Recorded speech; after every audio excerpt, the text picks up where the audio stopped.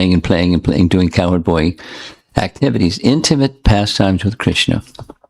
Who can play with God and wrestle with him and defeat him in wrestling? And I mean, it's Leela. It's Leela. And there, after 2 chapters of that,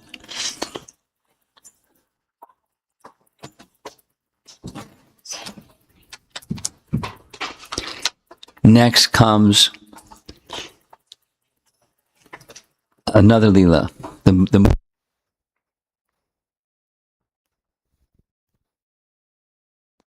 Krishna's 6 years old. The boys are more or less the same age.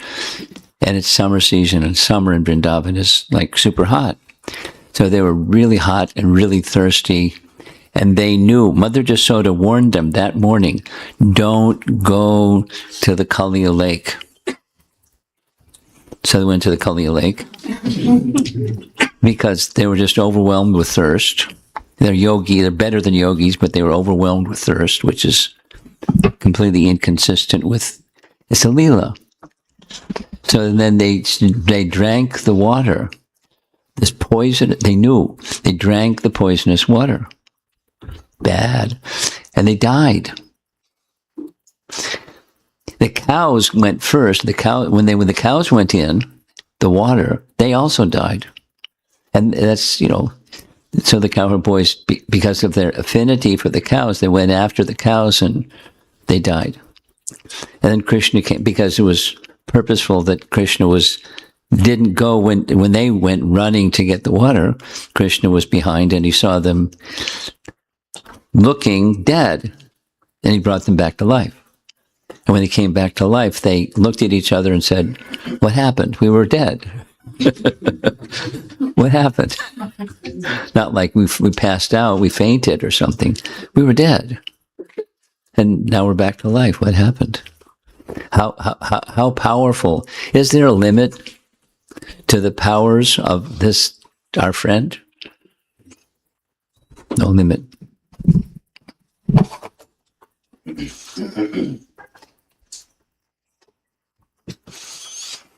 And then Krishna made a decision. Because he's not only the protector of the cows and the protectors of everybody in Vrindavan, because of that, he didn't want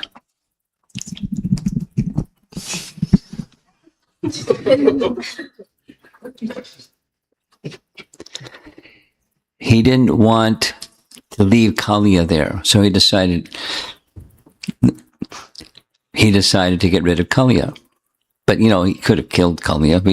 He decided not to kill Kaliya, just to get rid of him. Or put it better, to purify him. So this is a review of what we heard, for those of you that missed what we heard, what we did the previous parts. Then he decided to climb a kadamba tree, jump from the branch of a kadamba tree, splash into the poisonous Kaliya lake, and splash around and make a big ruckus and make a bunch of noise. And water went, because he can be heavier than the heaviest, water went all over the place, many, many bow lengths, this direction, that direction, poisonous water. And Kaliya, there's a description of Kaliya's capacity. There's a mystic power that he had, amongst other things. He knew how to build structures with water. Most people don't know how to do that, but he knew how. So he had like this kingdom down in the bottom of this lake, and he had a cave, but a cave was like a palace. And that's where he lived, and he had a whole bunch of friends, and they were also living in holes like snakes, in the holes in the lake. And the lake length, it was 8 miles. Somehow or other, the water in that particular part of the Jamuna River didn't flow. It kind of got settled. And therefore the poison over a long, long, long period of time built up and built up, because there's a history of how he got there, which we didn't cover, but it's coming up, coming attractions.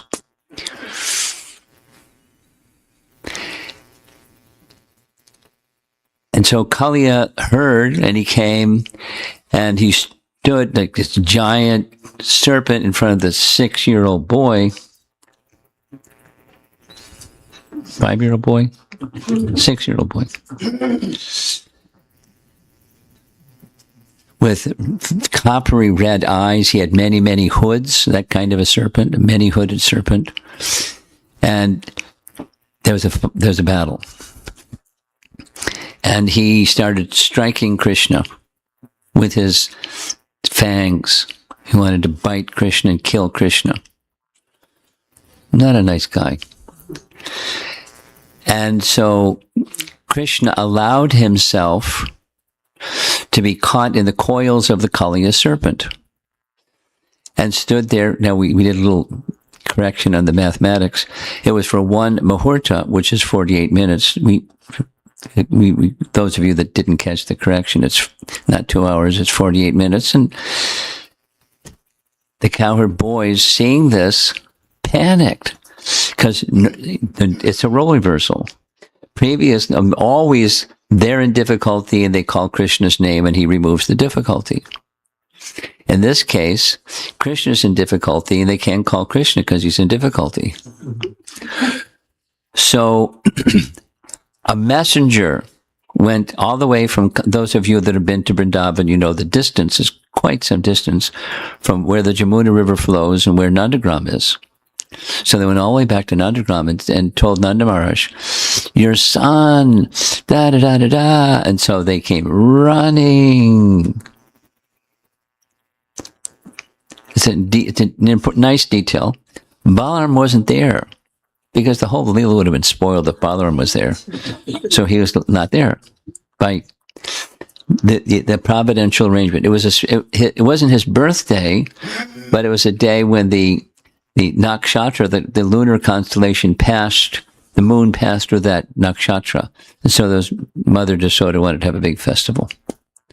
So they had a big festival. He was back at Nandagram. And Balaram prevented them, because he's Bala. He prevented them from entering the Jamuna, because they were ready to give up their life to save Krishna, but that isn't how you save Krishna. So he stopped them. And then Krishna had enough fun. And then he decided, so this is where the last session, Krishna got bigger and bigger and bigger. And serpents have the ability, they can expand themselves. And he got bigger and bigger, but Krishna got so big, it was painful. And then all of a sudden, Krishna got really small and slipped out. And on the shoulders of Kaliya, snakes don't really characterize as having shoulders, but Kaliya had shoulders. And using his shoulders, he got on the hoods, many, many, many hoods of Kaliya, and started dancing. He's Nataraj, the king of dancers. And he danced and danced and danced in such a manner that as he was dancing, he was purifying Kaliya. But even Kaliya, before he was purified, was still maha envious, like super envious. So he would raise a head, one of his 1,000 heads, and try to, again, bite Krishna or strike Krishna. Krishna would, bam, jump on that head. And you saw the images, those of you that were with us. And eventually, Krishna started moving around and around and around, and Kaliya was weakened and purified and got dizzy, moving around and around, and because he's now no longer in the hoods of Kaliya serpent, he's moving around. And he had this realization that this is because he had become purified. Some discussion was, this is a demon that Krishna didn't kill. Because many demons Krishna killed means he gave them liberation. In this case, Kaliya got liberation, better than liberation. He got purification, kind of liberation. And he surrendered to Krishna. And that's where we ended up. The wives of the Kaliya serpent come forward. Very smart ladies. They brought their little kitties. and had the little kitties go forward so Krishna would be calm and, pacified, seeing the little children and goo goo gaga,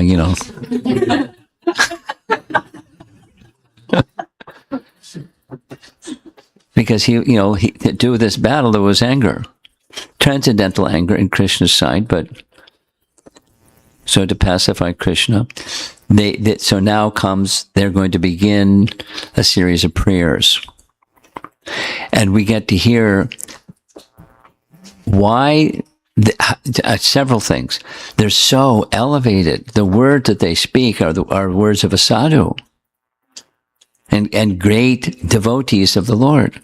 And they're with this other guy, Kaliya, the husband of all these wives, and he's a bad guy. He wanted to kill Krishna. And the history goes way back, and he's, super, super, super, super envious. And that envy blocks, there's certain key things that block bhakti, and that's one of them. But he surrendered. He became purified by the smashing of Krishna's lotus feet upon his head. So that's where we're beginning. That's all background. And what we've been doing, at the beginning of each session, we're hearing, and then you can chant responsively this very nice song. That's a Rupa Goswami song.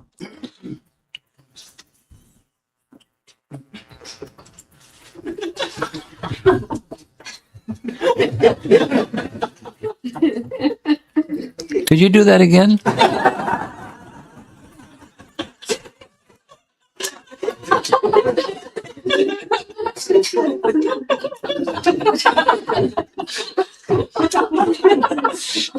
If you didn't want to be embarrassed, you're now embarrassed. And you're turning red too. But it was good. Okay, here we go. Assuming, you see that little horn at the bottom? That means we're going to hear a recording. And the recording is Shatarupa, and she sings slowly. And very important is between each stanza, you get to repeat what she says, but you got to pause because it messes up if you don't pause. So here we go. Let's see if it works.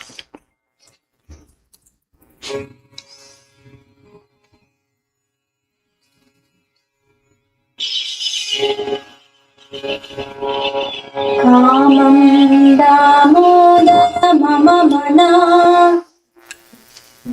Nagampi nabhogo Kamam damodara mama mana Nagampi nabhogo Dushtasibhi Kutilabalanai Shobhayatyesha lokam. Pause. Dushtasibhi Kutilabalanai Shobhayatyesha lokam. Tadvikrantastvamuditada Dvandva pankeruhankam Tadvikrantasvam nitapada Dvandva pankeruhankam Purvandarvikara namanahe Tandave dandayam. Pause. O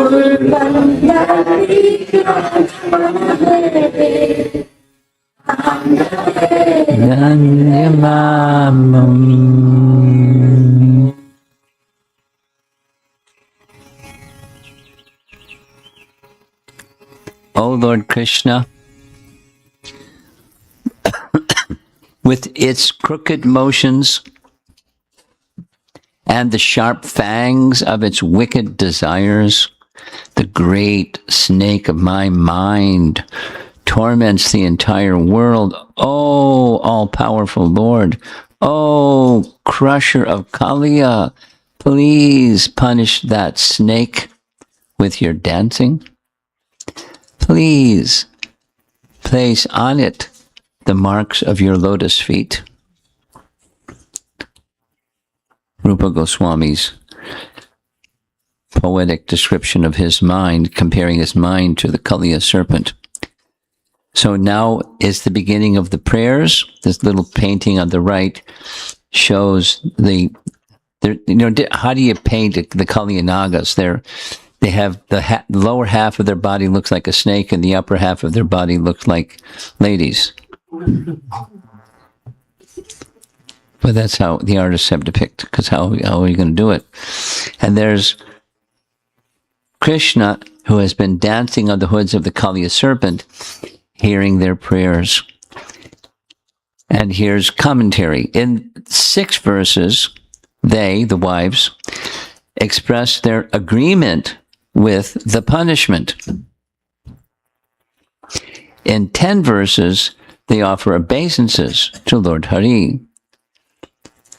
In 5 verses, the wives submit their prayerful requests. So that's the total of the prayer section, and it covers a few classes. We're not going to even cover the entire classes just now because it's a very large section. There's 85 slides, and I've already spent a whole bunch of time with review, so we're going to go about halfway. But that's Sridhar Swami's commentary. So the first set of prayers is they're acknowledging this punishment is mercy. And then there's this play on the word Maya, which can also mean mercy. But you'll see. Sridhar Swami's commentary. First, trying to pacify the Lord by acknowledging the correctness of his giving punishment, they offered prayers. In the verse beginning, Nyayaha. So there they are. Serpent half bodies and ladies in the upper half of their bodies offering prayers to Krishna. You're giving this just punishment is for our ultimate benefit. That means they understand Krishna has removed the sinful portion of the Kaliya. They left the good portion of Kaliya. Thank you very much. We are benefiting from what you've just done. The punishment this offender has been subjected to is certainly just. After all, you have incarnated within this world to curb down the envious and cruel persons, one of whom was our husband. You are so impartial that you look equally upon your enemies and your own sons. Tulya Drishtir. For when you impose a punishment on a living being, you know it to be for Kaliya's ultimate benefit. Again, you take note of how different, over a period of centuries, how different artists have depicted the Kaliya Nagas, the wives of the Kaliya serpent. Vishwanath. Though your real purpose is distribution of prema bhakti, that is accomplished with the punishing of the wicked. His punishment is proper because he committed sins against Garuda. There's a history which it's going to be narrated coming.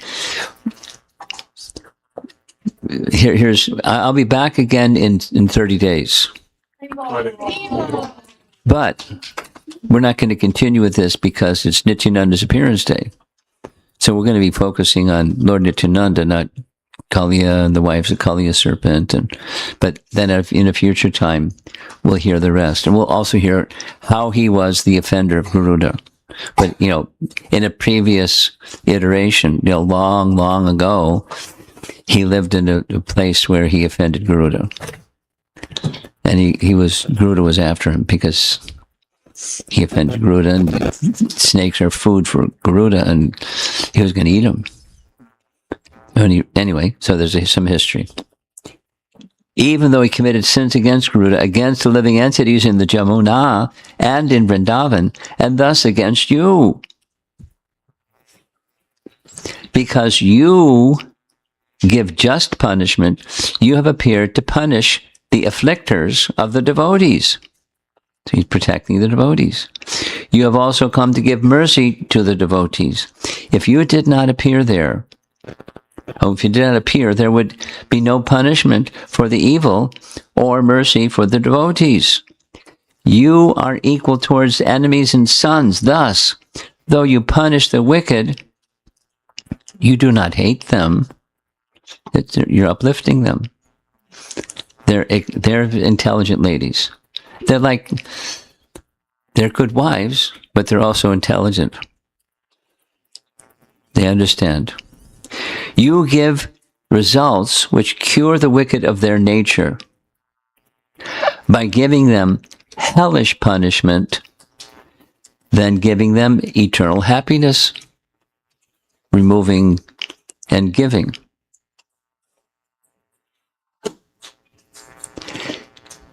Next verse. So we started with verse number 33. We're going to 38. These calming Krishna down and acknowledging he did the right thing. Since it's for our ultimate welfare, punishment is nothing but your mercy. Whoops. What you have done here is actually mercy for us, since the punishment you give certainly drives away all Kaliya's contamination. And we'll hear as we go further, these ladies I don't know what school they went to, but they had a good teacher. Our husband is so sinful that he has assumed this body of a serpent. Your anger towards him is obviously to be understood as your mercy. Now, most people don't see like that, but they're able to see like that. Brihat Bhagavatamrita narrates this pastime, and specifically from the lens of Garuda. Only rare souls like Garuda can have the honor of being the Supreme Lord's carrier, and you were carrying him. So you have an honored position. Our husband had this honored position. Thus, the punishment which eradicated the sinfulness due to that birth is indeed mercy, even though it appears to be a manifestation of anger. This is SS means Sridhar Swami. So our acharyas are all taking, they're pure devotees. And their personalities, they're slightly different personalities. And so from their personality and what is revealed to them, they're experiencing the same scene or the same verse of the Bhagavatam and getting different realizations, which is not only is permissible, it's transcendently wonderful. And it's just how things work in the spiritual realm. Srila Madhvacharya points out that this connection, that when a pious person suffers in the world, he realizes the punishment of the Supreme Lord is meting out to me exactly his causeless mercy. Now, non-devotees don't realize that. They think something else. Like, why is he doing this to me? Or somebody over there is the cause of my difficulty. Let me get rid of that somebody else. Or boo-hoo, or the different responses. But an exalted devotee, as Madhvacharya says, sees difficulty is a mercy of the Supreme Lord. Envious persons, however, even after being punished by the Lord for their purification, continue to envy him and be resentful. And this attitude is the reason for their continued failure to understand the absolute truth.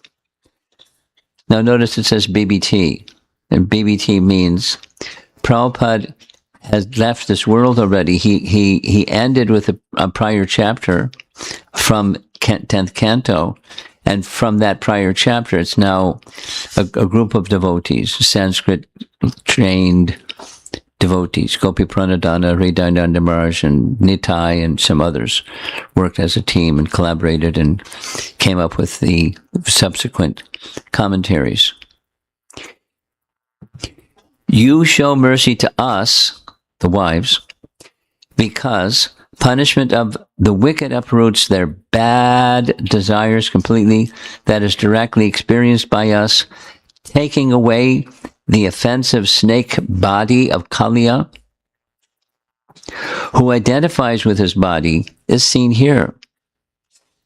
By his surrender and by the appearance of intelligence, even after your display of anger clearly is the cause of punishment, clearly the cause of the punishment was mercy. So there's some interplay back and forth that looked like, this and looked like that. But they're able to see what's beyond the this and the that, the cause and the effect and the circumstances. Krishna is being kind. Taking away his sins is not punishment. You remained in his coils, then you danced in joy on his hoods, apparently in anger. How do you dance in anger?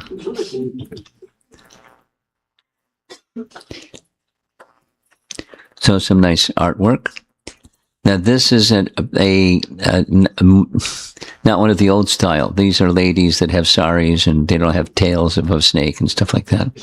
But they're the wives of the Kaliya serpent. And Krishna is still, in this painting at least, he's still standing on some of the hoods. And now Kaliya is not trying to bite him at this stage because he's already surrendered. Then there's a whole lengthy section that goes right almost to the end of this text 38. What's the cause of the causeless mercy? Well, guess what? There's no cause. But one tends to, hey, what's the cause? That's in effect, what's the cause? Did our husband carefully perform austerities in previous life?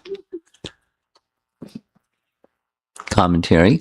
I'm not pleased with wealth or with tapas. So do austerities, that's not going to win me over. Regular tapas does not invoke Krishna's mercy in this way. So if it wasn't that, perhaps he performed these austerities with his mind free of pride and full of respect for others. This sort of austerity can be performed only by Vaishnavas. Again, the old style there. Its lower half of their body is a serpent and the upper half of their body is human-like. Just how are you going to be an artist depicting this? Is that why you are pleased with him? Collective commentaries. Or, did he carefully execute religious duties? Mercy towards all entities does not arise in the heart of the karmi, pious work, with the aim of getting some fruit of that pious work. And such dry execution of religious duties does not invoke Krishna's mercy in this way. They're going to come around to its causeless means causeless. Our husband must have performed that dharma which shows mercy to others and which is performed only by a Vaishnava. So because he was good, good came back to him. Did he execute dharma with compassion for all living entities? Is that why you are now satisfied with him? And then the rising of good fortune, of mercy, given to Kali was not from tapas or dharma.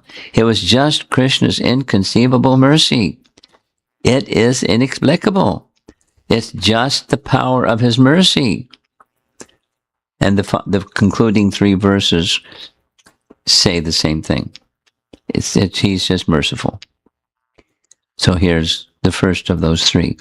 The mercy is the unparalleled opportunity of being touched by the dust of your lotus feet.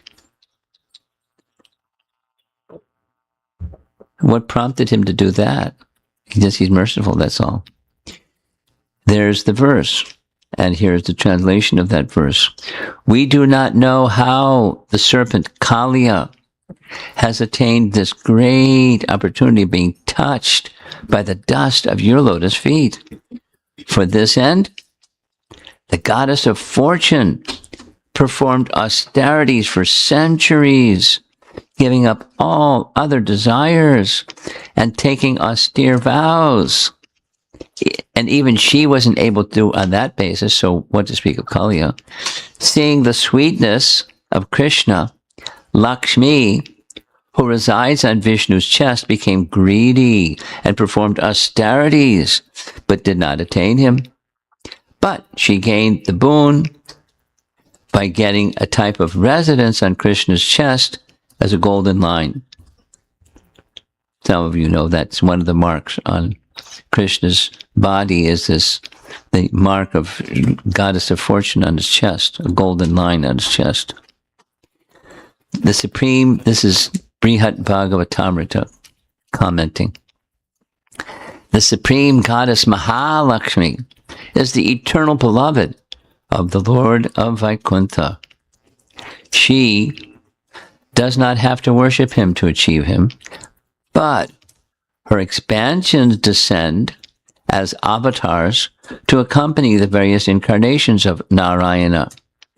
And some of these avatars of Mahalakshmi, such as the daughter of Bhrigu Muni, are described in Vedic scriptures as performing penances to obtain the Lord as their husband.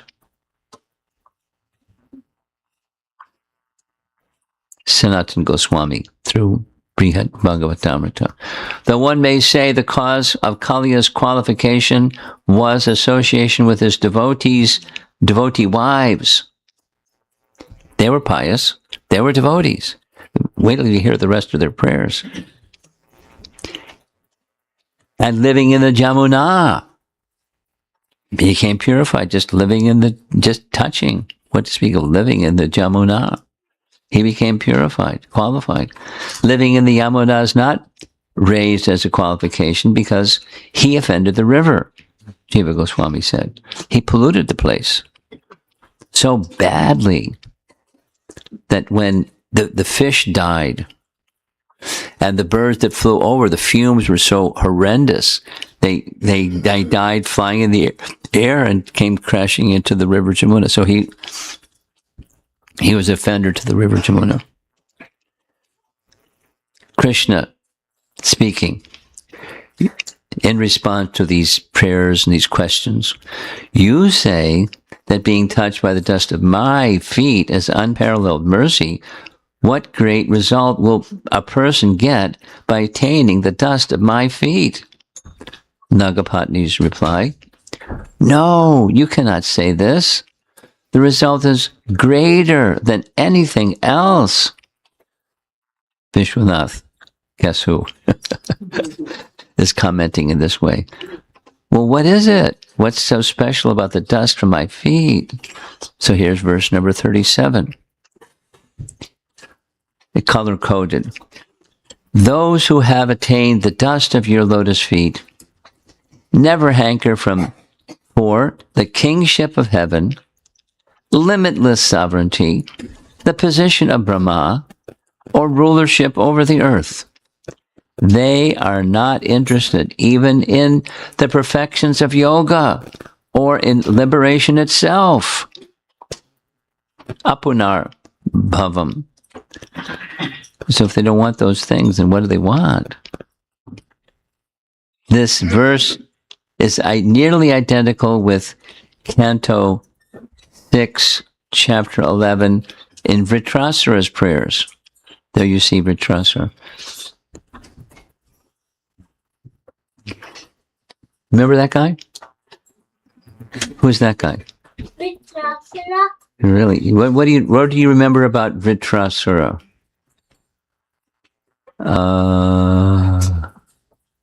Who was Vritrasura before he was Vritrasura? Remember that one? He was a king. The king's name was? Starts with a C. Chitraketu. Remember that name? No? Do you remember that name? No? Oh, you got to read the Bhagavatam. Canto 6, Bhagavatam. That's a homework assignment for you too. I'm going to come back for Nityananda's appearance day, and if you sit in the front like this, I'm going to ask you. Did you read Canto 6 about Vritrasura?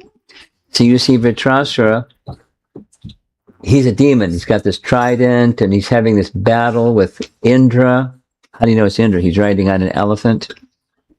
Indra's elephant carrier is an elephant. So Indra, to do battle with Vritrasura, was humongous. He threw his mace. And what did Vritrasura do? He caught the mace. He took the mace and bonked the head of the elephant. The elephant started to bleed from his mouth. Don't mess with Vritrasura. Then how did he become Vritrasura before he was a king? And it was a curse by Parvati, and you'll read all about it because you're going to do your homework assignment. It's a nice section. It's not the other kind. It's a holiday time, right? You're going to have time.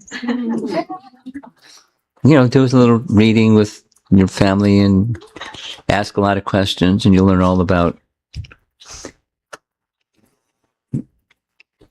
So, Vritrasura offered prayers to the person because he looked like a demon and he was behaving like a demon because that was the curse. But inside he was a devotee, and he's offering prayers to the Supreme Lord.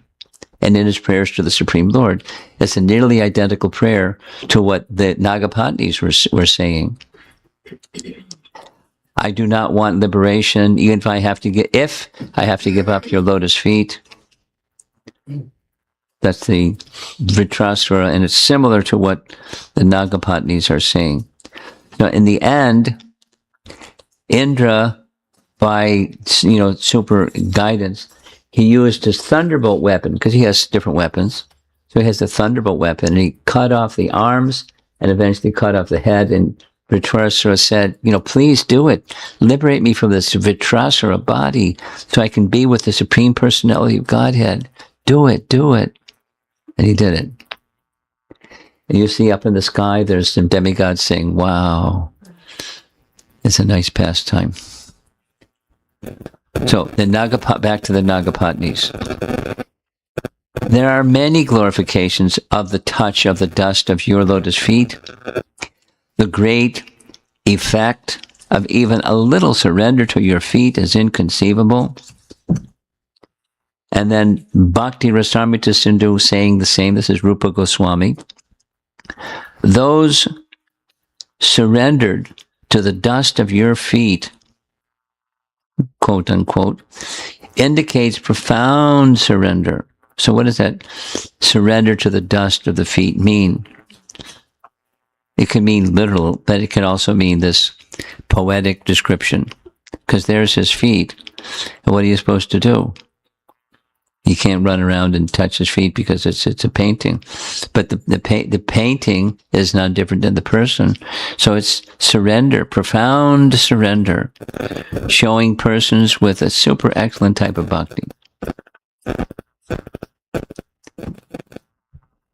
That's what surrendering to the dust of his feet means. And continuing, this is verse 30, this is the last of this little section. Kali attained the unattainable. O Lord, although this Kali has taken birth, this is the wives, although this Kaliya had taken birth in the mode of ignorance and is controlled by anger, that's passion, he has achieved that which is difficult for others to achieve. Passion and ignorance combined, anger. Embodied souls who are full of desires and are thus wandering in the cycle of birth and death, can have all benedictions manifested before their eyes simply by receiving the dust of your lotus feet. Although we, conditioned souls, the wives, may not receive the mercy of having the Lord dance on our head, we can receive the dust of lotus feet of the absolute truth through the Lord's representative, the bona fide spiritual master. So he's carrying that dust and serve that person, and you're getting the dust from the lotus feet of the Supreme Lord. By thinking of those feet, everyone can immediately attain all perfections. Though one identifies with the body, one can attain material wealth, one can attain spiritual powers, or one can attain prema. Therefore, now, this snake whose hoods have accepted your lotus feet should attain special prema. Hint. The mood of the prayers of the wives of the Kaliya serpent are moving to, you've given a lot of mercy by taking away. Now please give. Prema. And so the next set of verses, 39 through 48. Having praised the Lord's mercy in 6 verses, the Naga Patnis, Naga means snake, and Patnis means wife, the wives of the serpent, bow down again and again, 11 times in the next 10 verses. Obeisances unto you. So look at this. There's another recorded verse. I hope it works.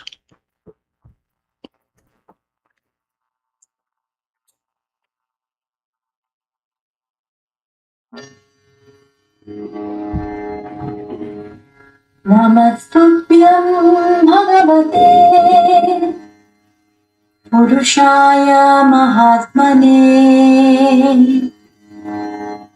Bhutavasaya Bhutaya Paraya Paramatmane.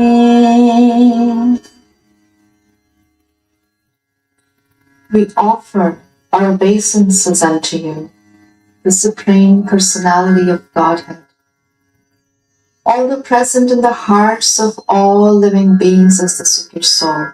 You're all pervasive. Although the original shelter of all created material elements, you exist prior to their creation. And although the cause of everything, you're transcendental to all material cause and effect, being the Supreme Soul. Now, these are not new bhaktas. These are very elevated personalities.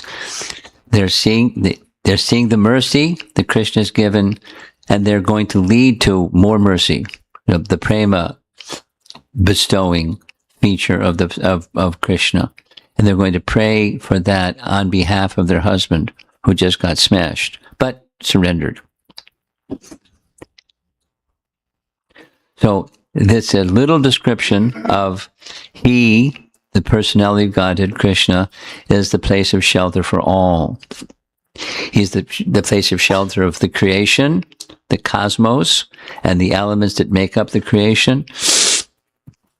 And although he's the cause, and transcendental from the cause and effect, as the Supreme Soul, elevated. Hold those two things at the same time. You're the cause and the effect, and you're beyond the cause and the effect. That's not material. Material can get 1 or 0, but not both. They're transcendental ladies. Here's a little breakdown of the words of that verse. I offer respects to the Lord who controls all, Paraya, who inspires everything, Paramatmane. By the order of the Lord, all are engaged in action, but not being touched by the faults of persons engaged, he dispenses punishment, etc., in an astonishing way. Sanatana Goswami explains, pariah can also mean the person who is situated separately from all others and who is in the hearts of all beings. So that's just one phrase, pariah paramatmane. Remember the color coding that's the beginning of the verse. Here's what was in blue. Purushaya Mahatmane. Though he is the Lord, Purushaya, he is spread everywhere. Bhutasvasyaya. Bhutaya.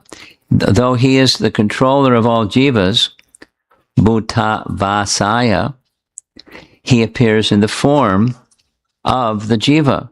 He's the controller of all jivas, but he comes in the form of. The form of can mean the jivas are in his likeness, or he, as the jiva is a fragmental part of the Supreme, he comes as the jiva, a fragmental part of him. Or he lives among the people, Bhutasvasaya, and he takes birth. It's continuing a commentary on this. It's going all the way over to Canto 10, Chapter 90. Jayati Janani Vaso Devaki Nanda Devaki Janma Vado. Celebrated verse. Krishna lives eternally among the cowherd men and the Yadavas, and is conclusively both the son of Devaki and Yashoda. Who can claim that? Krishna. It's the son of two mothers. And it's true. It's true. If you read carefully, it's nice to read carefully. Simultaneously, he took birth at midnight in the prison house of Kamsa as the son of Devaki. Simultaneously, at midnight, in Vrindavan, or in Gokula, he took birth as one of twins, as the son of Yashoda. It's a nice detail, but he can do it. Is there something he can't do? He can do anything. So here's verse number 40, again color coded, and it's also recorded. Let's hear the recording. Jnana Vijnana Nidhaye Brahmane Nanta Shaktaye Agunaya Vikaraya Namaste Prakritaya Cha.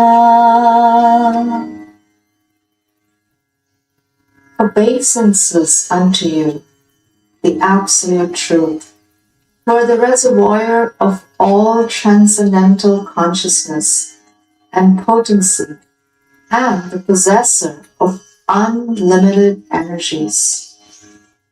Although completely free of material qualities and transformations, you are the prime mover of material nature.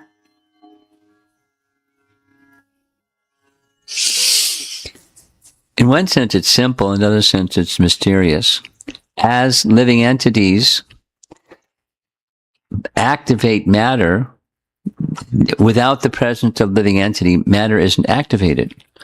With the presence of the living entity, it's alive. The living entity is alive. It makes matter appear to be alive, like bodies of living entities. Whether it's our bodies, or a little ant crawling across the floor, or something flying in the sky, and something.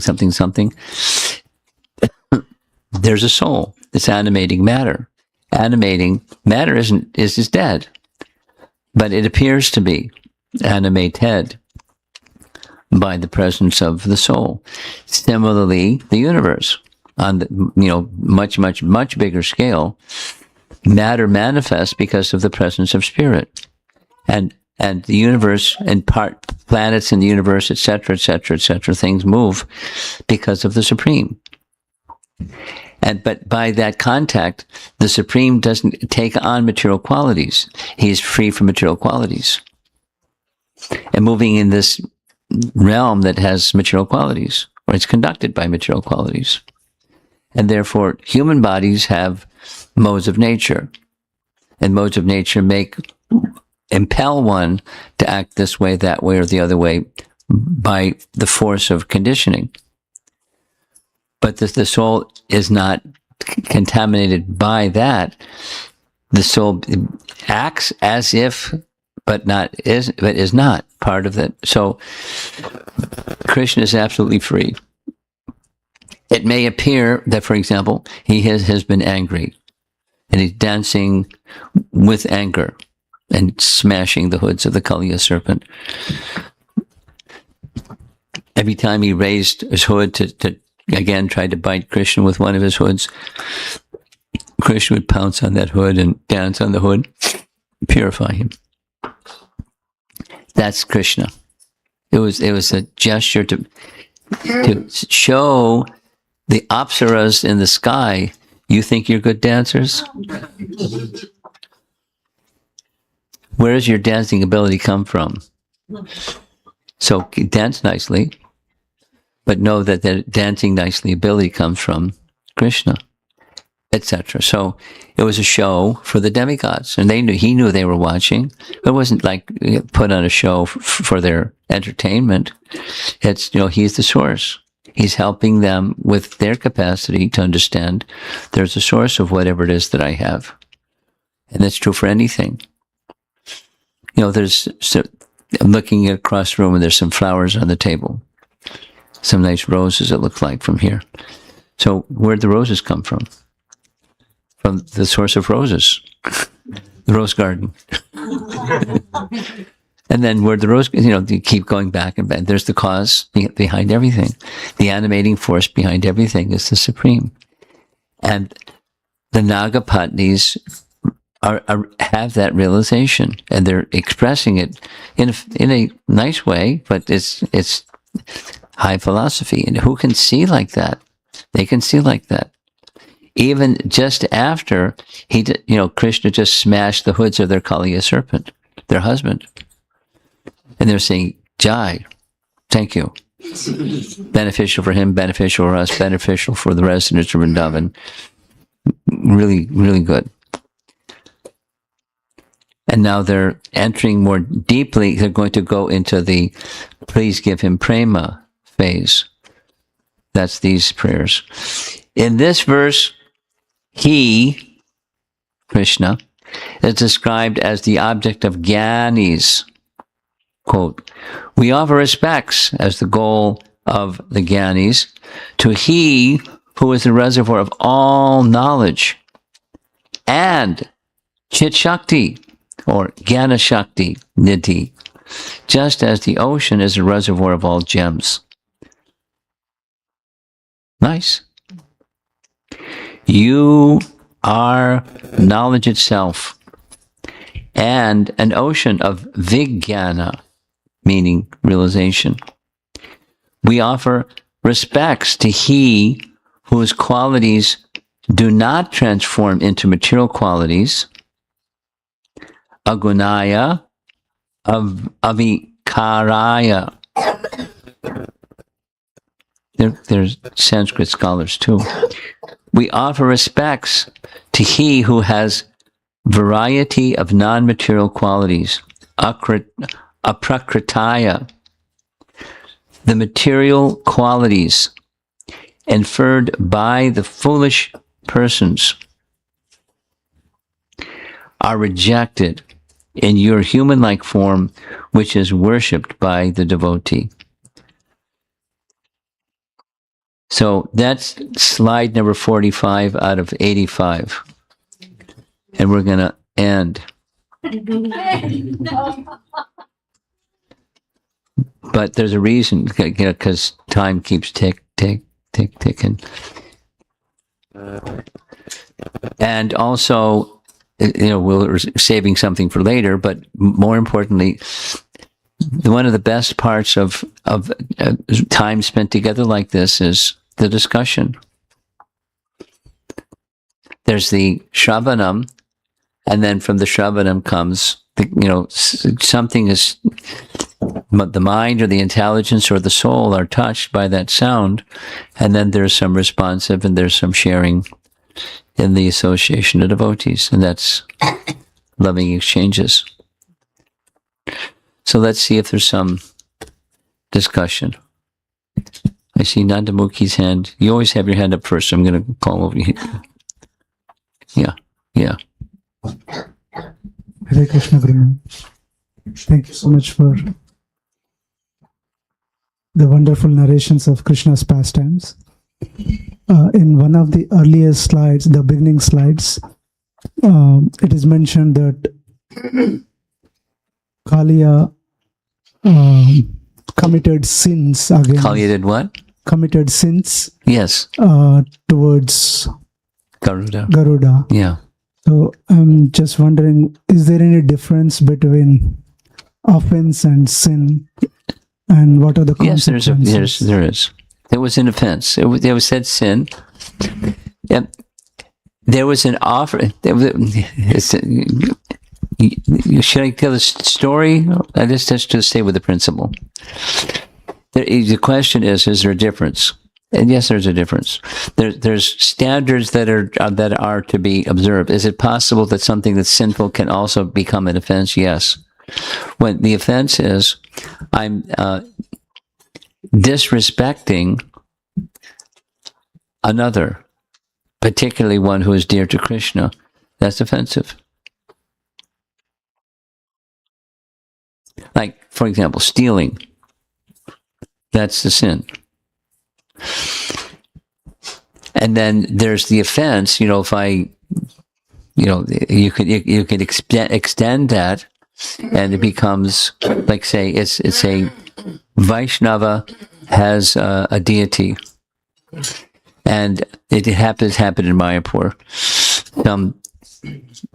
Some robbers, they saw that the deity of Radha Madhava, brass deity, and they thought, this looks like gold. So they came in to try to steal the deity. And that's not just sin. They're not thieving, it's offense. And it would cause a big ruckus. More than a big ruckus. You know who is Bhakti Raghava Swami? You've heard his name before?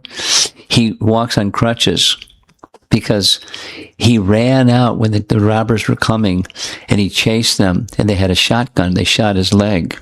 They had to have one of his legs amputated to protect the deity. So it wasn't just sin, it was an offense to the Lord and to the Dham and the devotees. So there's a distinction. They may overlap, but there's a distinction between the two.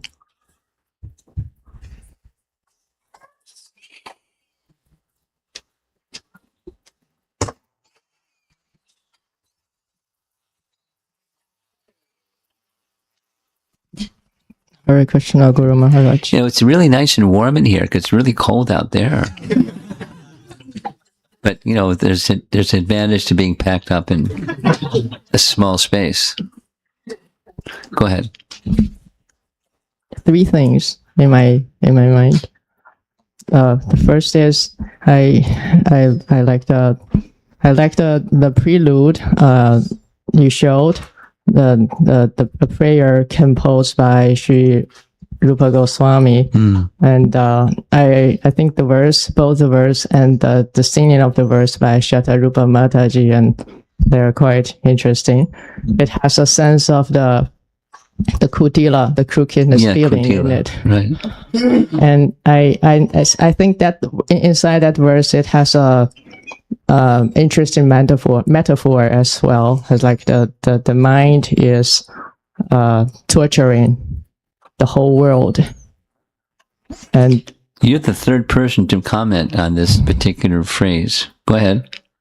okay, it remind me of I think I don't remember the chapter, but I remember Prahlad Maharaj was talking to his father, and he was saying, "You please stop discriminate enemy with friends, because your uncontrolled mind is the greatest enemy of the whole world," or something like that. And his father is truly the greatest enemy of the whole world and is terrorizing the whole world. Yeah. And interesting, that's some thought. And the second one is the other point that you made on the, I think it's verse 36 in the prayer. Yeah.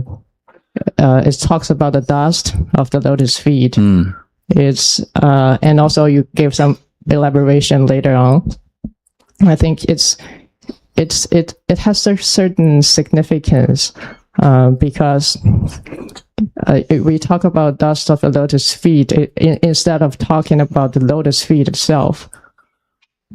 And I think if we compare the dust of a lotus feet and the lotus feet itself, I think it's you can see the dust. I mean, from the quantitative perspective, you think about the whole the total amount of dust in the universe, and compare the amount of dust that is clinging to the lotus feet of Krishna. It's like Very special. almost like zero probability, and you can't really get that, but it's very rare. And in addition to that, I think it is quite, in a way, we can say the dust of the lotus feet is even more merciful than the lotus feet, because when Krishna dancing on the hood of Kaliya, I think it's the dust that contact the head first, and rather than the feet. But he was in the water. Maybe all the dust got washed out.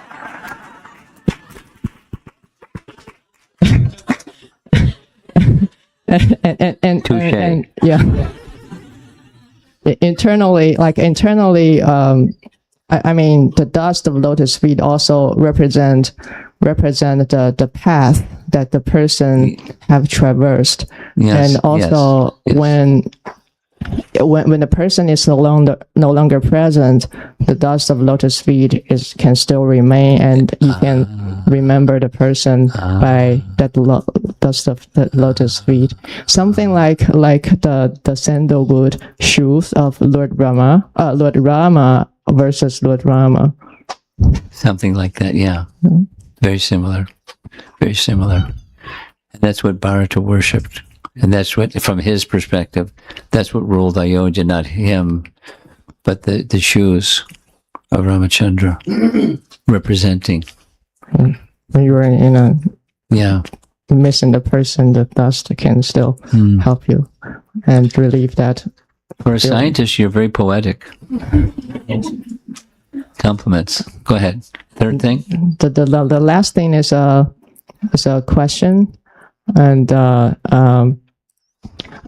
just in the beginning, I think towards the beginning, there's you told in your review at the previous lecture, you told the cowherd boys and cows were dead. It flips back and forth, but they were dead. And then they were rescued. Yes, they brought were back to dead life. because of they drank the poisonous water. Yeah. And I think I'm just recalling the Lord Brahma's the Brahma Vimohan-lila, when Lord Brahma tried to take away the cowherd boys and calves. He couldn't take away because they are transcendental. And then we entered into the discussion of 3 different sets of cowherd boys and calves. Yes. I'm just thinking in these circumstances, the cowherd boys and the calves, they are also Eternal. transcendental. Yeah, And, transcendental, both. Is there something like the similar mechanism, or how could they be affected by? Well, look, if you're in charge of Yogamaya, you can do it, right? You want the technology. And if you're in charge of Yogamaya, you can have them dead and have them brought back to life. So another perspective, another set of language is they fainted or they lost external consciousness, but they didn't lose their life.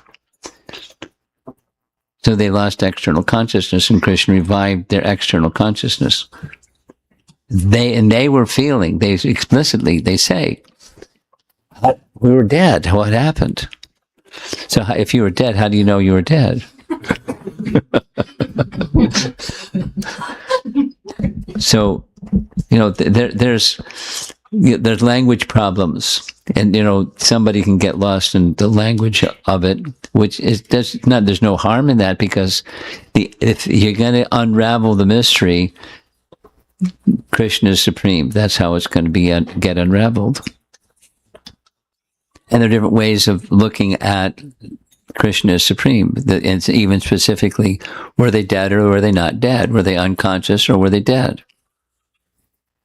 And in either case, by Yogamaya potency, the dead doesn't mean the soul is dead. The dead means the body is no longer operating under the direction of the soul. But then Krishna replaces the soul. He can do that. And then they come back to life again. So where was the soul when they left the cow and cowherd boy body? No explanation. That's what they were asking. Like, we were dead. What happened? Similar, not the same. Not the same, because there's commentary with the Brahma Vimohan Lila. For those of you that are not familiar with the reference she's making, our acharyas, particularly Vishwanath Chakravarti Thakur and Sanatana Goswami, agree with the following. When Brahma was contemplating stealing the calves and cowherd boys, which was induced by Super Soul to do such an audacious thing, Krishna knew. So what did Krishna do? 1, 2, 3. Krishna had his eternal cowherd boys taken someplace. Now, there's some discussion. Where was that place that he took them? But he covered them from external vision, at least. There's different suggestions where they went, but they were covered from external vision. And number 2, Maya cowherd boys were manifested, and that's what Brahma took. And then Brahma took those Maya cowherd boys and put them in a cave and put them to sleep. Part of the logic goes, Brahma doesn't have the power to put the eternal associates of Krishna in a cave and put them to sleep. He doesn't have that kind of power. That's the spiritual power, and he doesn't have that kind of spiritual power. So he used his material power to put the material cowherd boys to sleep, the Maya cowherd boys. And then the third was, then Krishna manifested likenesses of each of the calves and each of the cowherd boys. So we have 3 sets. And then the Leela is performed for Krishna's purpose, Yogamaya purpose, for the Krishna to associate with the mothers and fathers, and Krishna to associate with the cows as a calf. So Krishna was a calf and a cowherd boy of each of his friends for 1 full year. And then Krishna withdrew those transcendental cowherd boys, and then the real cowherd boys were returned.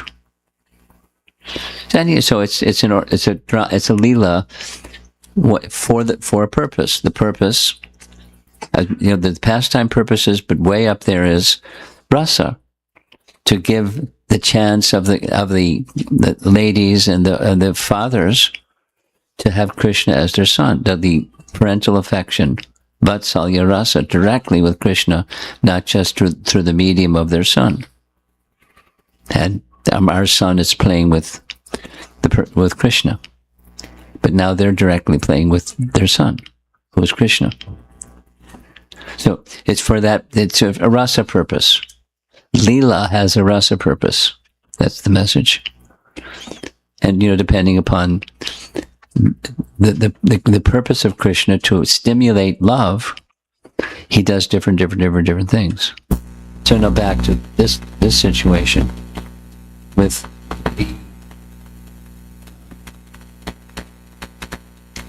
the effect of Krishna interacting with all of the various players, because there's the eternal associates of Krishna, the residents of Vrindavan, when they came in the calves and the cowboys. So did they die, or did they become like not visible to us in their manifest stage, and then Krishna made them again visible to us in the manifest stage? So that's certainly a power that he has.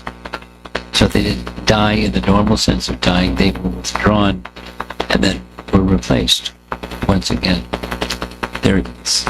Krishna can have them do what he wants them to do for his Leela purposes, and for us to sit around and speculate about it. Jivana Jivana. And then over there, go in back.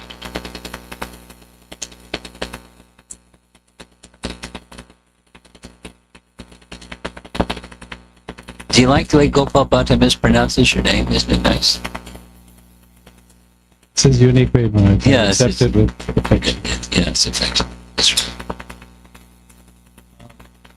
Maharaj, two comments and a question.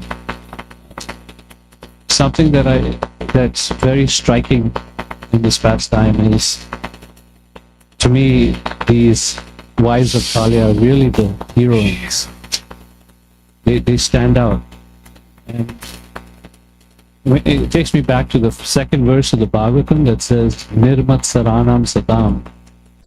That this Bhagavatam is for those who are without any envy. And it's for those, and the model of what that looks like generally is a male figure. We think of it like that because of conditioned nature or whatever. At the same time, we see actually in the Bhagavatam, we have heroines throughout. In fact, the first set of prayers is Queen Kunti's.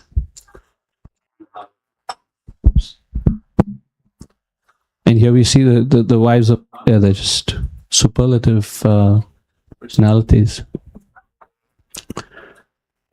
Okay. Just appreciating that aspect. Then the second comment was that we had that, we talked about the level of dharma and how the Vrajavasis respected the young boy Balaram and didn't run into the lake, even though they had very heightened emotion. Batteries are done.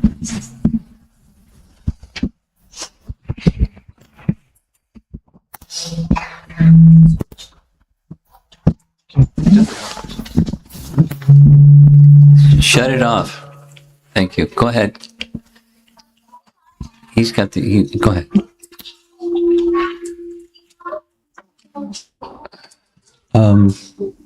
What was my comment? Oh yeah. And then right after that class, a devotee came to me and said, I was looking to see how does dharma play out in this pastime. And we had a short exchange to say that what's upcoming too is this three dharma of these ladies, despite the clear, the vast difference of spiritual evolution between Kaliya and themselves, they still dharmically stayed with their husband and were loyal and chaste to their husband. And that brought mercy to their husband. Yes. Through Krishna. But yes. And the question I had, Maharaj, was in such a compromised situation that they were, what is, and from the prayers, does their relationship, their specific unique relationship with Krishna, like, is it in Dasya Rasa or some other Rasa? What's their Rasa with Krishna? And is that revealed in any way? I've never been asked that question before, and I don't have an answer. What's their rasa with Krishna? We can see, you can rule out some of them, and it leaves dasya.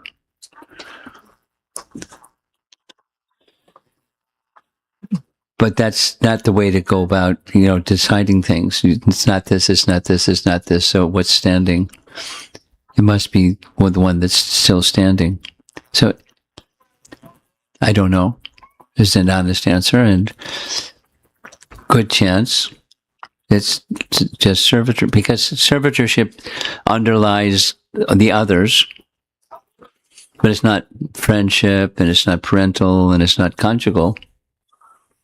So servitorship, certainly strong element. Could be mixed, but certainly strong. Okay, you're next.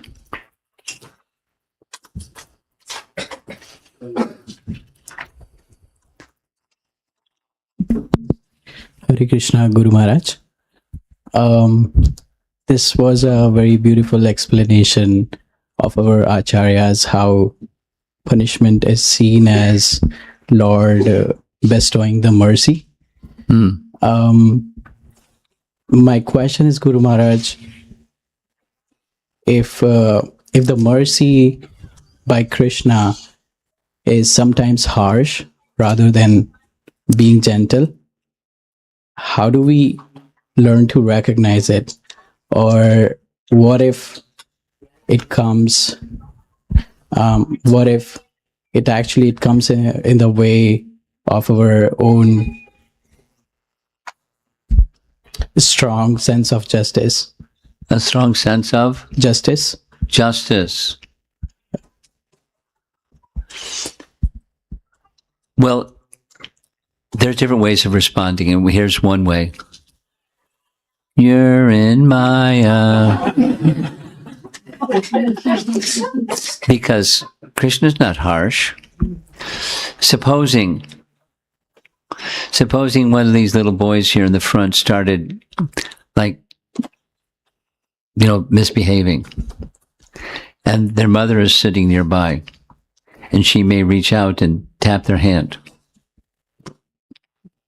Oh, why are you being so harsh? As needed. It's loving. Since Krishna is that kind of person, you say harsh, and I say you're in Maya. If one who thinks that way, that is so. I'm so kutila. I'm so crooked. I need strong medicine. And when the strong medicine comes, it's not because the person is being harsh. If they're a benevolent person by their very nature, if they're very strong, it's purposeful, beneficial for you and for others. If you get free from some crooked tendency, that's good for you and good for those that are contacting you. Krishna's mercy, because it's needed, as is needed. So the nature of the Supreme Person is he's good, all good, absolute, not sometimes and sometimes harsh. Thank you, Guru Maharaj. There's a question over here. Pass the microphone up. And I think we're going to end with this last question because of, you have something?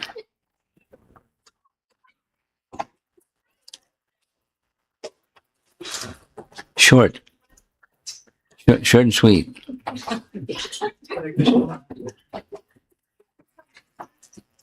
Hare Krishna Maharaj. Thank you for the nice class. This pastime is very bewildering for me, very surprising. The reason is Kaliya is, he didn't get killed, whereas Putana, she got killed by Krishna. We hear... Don't think in material forms. But what I mean, Maharaj, is... Look what she got. My gosh. And you're complaining? So, here, for two reasons, Maharaj. One, we hear the pastime where you say snakes, scorpions, they're usually killed by saints. That's Prahlad. Yeah, go ahead. You mentioned about the interaction of Srila Prabhupada and yeah. Bhaktisiddhanta. Keep it short. So that is one reason why it's bewildering for me. And the second reason is they say offense to the devotees of the Lord is more offensive than the Lord himself. Putana tried to kill Krishna. Here, Kaliya was, So but pardon me for interrupting because it's too long-winded, but that the fact that he killed Putana straight away, and for how long was he dancing on the hoods of the Kaliya serpent? She got quick mercy, and look what she got. And you're saying that's not nice. no, that's not what I meant. But I'm responding. So you say what you say, and I'll say what I say. He's merciful, and he gives his mercy in different ways. And don't evaluate. You if it's beyond your comprehension, then it's beyond your comprehension.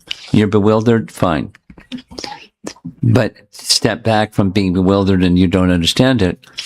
There's the merciful personality, and he gives, like this word that was used, justice, in different ways.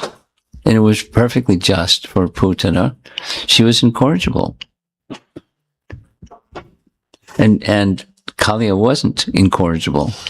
It would look a lot of steps at his hoods, but corrigible. And Krishna knew, and Krishna did. So purification in different ways for different people, and don't be bewildered by Krishna has unlimited potencies and he can do things however he likes. Shri Radhika, you usually have something, so she's already got a microphone. Go ahead. Guru Maharaj, these are pretty lengthy prayers of the Nagapatnis. Yes, there's going to be more. So during this time, are the residents of Vrindavan just like hanging out on the bank? Yeah, they're soaking it in. And does that interfere with their rasa towards Krishna? No. So when one's having a rasa with Krishna and you have your, it doesn't interfere with. What I mean, Guru Maharaj, is their understanding of Krishna is different. He's just this dependent. That's okay. Boy. It's nourishing for any rasa. Supposing you're not an Agapatni. Is it interfering with your relationship with Krishna to hear their prayers? And however long it takes? No. So they're glorifying Krishna as the Supreme Lord. In their Yogamaya way. Covers. That's how we have social interactions with people that are different than us. And we love variety. One of the expressions I like a lot, is that Prabhupada is in Ireland with Professor O'Grady. And Professor O'Grady is asking, Swamiji, you have people that are from so many different cultures and so many different languages and so many different backgrounds, and how does it all work together? And Prabhupada gestures to a vase and says, see the vase? So many colors, so many varieties of flower types, so many fragrances, and the variegatedness is beautiful. It makes the vase, supposing it's only one color, one flower, and one type. It wouldn't be the same. It's part of the beauty. The variegatedness in rasa is very wonderful in principle. And then if you're Rupa Goswami, you can say there's a conflict of rasa when it's this mixture and that mixture don't go well together, and so it's rasa basa. You won't find that in the Bhagavatam. So we're going to end. Look at, here's the last slide. So we'll see you all in a month. Or we'll see some of you, because some of you came from faraway places, so we won't see you in a month. But virtually we can see each other in a month. And then when we come back again, we'll continue the second half of chapter 16. This is part 4. Srila Prabhupada ki.